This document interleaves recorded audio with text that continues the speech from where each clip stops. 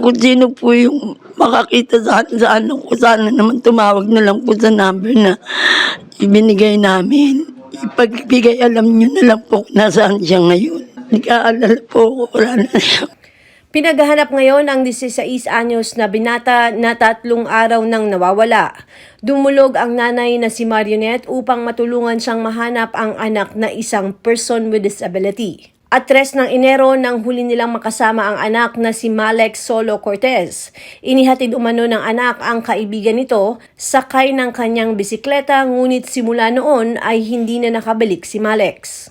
Ano po yun, January 3 siya lumabas ng bahay. Alauna, nagising siya ng alauna ng hapon. Kumain pa nga po kami nun eh. Alauna siya nagising ng hapon, di ba?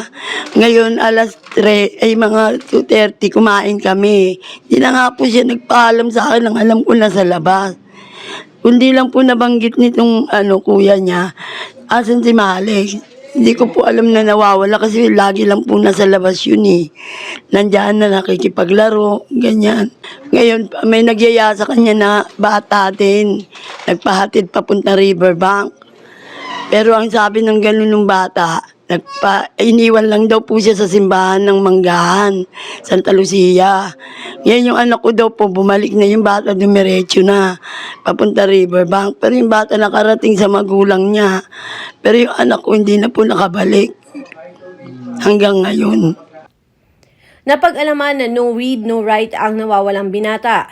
Hirap magsalita at hirap maglakad. Wala umano itong dalang gamit maliban sa bisikleta nito.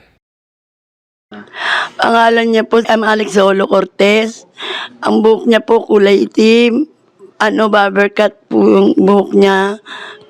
Saka 16 years old na po siya. May sakit nga lang po yung PWD.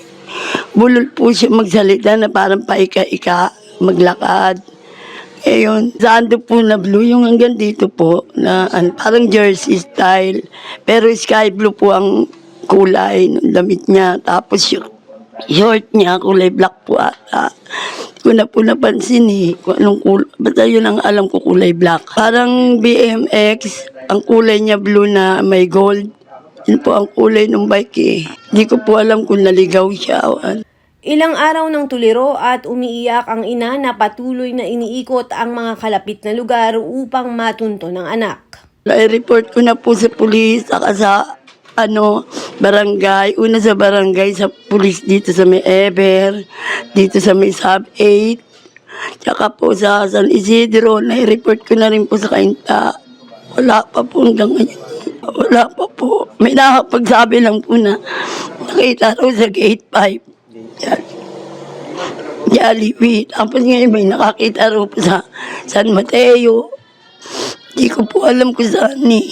Pero inanap na po namin eh. Bungan. Kagabi naglakad ako. Binaypay ko po yung dito. Life Homes Paikot. Hanggang Santa Lucia Mall. Pabalik dito sa may papuntang gate 5. Nilakad ko po yung wala talaga eh. Panawagan niya na kung may makakita kay Malex ay agad na ipagbigay alam sa kanila.